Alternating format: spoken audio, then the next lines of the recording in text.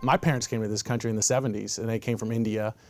At the time when they left India, they were only allowed to bring the equivalent of $8 a piece out of the country. So they came here with $16 between them. They had been in school, they came here, they moved to St. Louis, later to Detroit, went to school, went to medical school, became physicians, moved to Texas, had kids. They have 3 grandkids, Scarlett, Emmy, and Torin, and they are doing great. But that's the America that we know. That's the immigration policy that we know, and that's what I love. That's what makes this country great. You come here with your work ethic, with your intelligence, with your hard work, and you can make something of yourself. You can make a family. You can make a life, and that's just, you know, something like that makes me. I'm very passionate about immigration. I think that we should have, obviously not completely wide open borders to let anyone come here, but people that want to come here to work, to live, to make their families better, to make their lives better. Why are we stopping them? I mean, if you go back, if you step back and look at how people get here.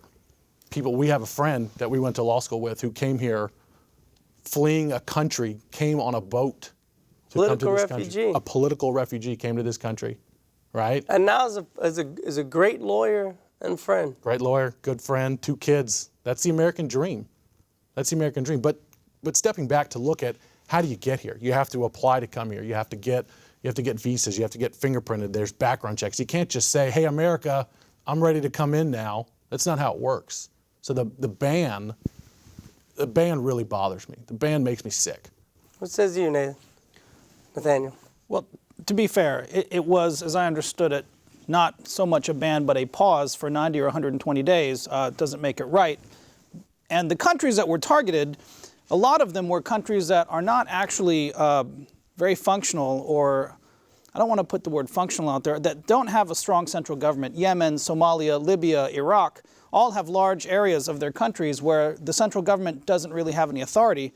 So there's very little regulation of who or what or why. What is more problematic is that these people had visas that were issued by our government. These people had green cards that were issued by our government.